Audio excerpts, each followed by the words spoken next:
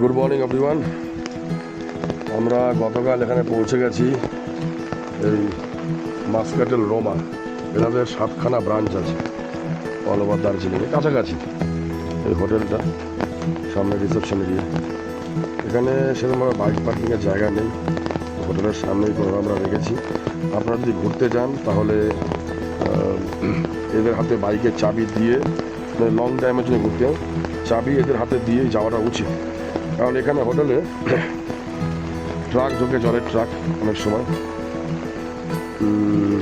ইয়ে করার জন্য, জল ভরার জন্য। তো তখন ওরা বাইকের চাবি দিয়ে বাইকটিকে সরিয়ে দিতে পারবেন। যাই হোক, প্রচণ্ড বৃষ্টি হচ্ছে, দেখতেই পাচ্ছেন।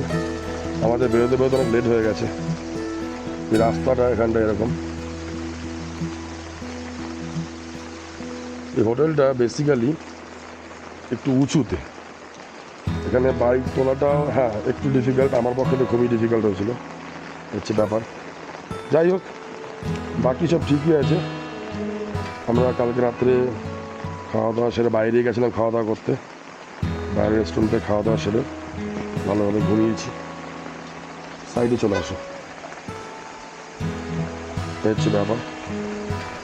সাইডে চলে আসো। এখানে দেখছেন গাড়ি টাড়ি সবই উঠছে।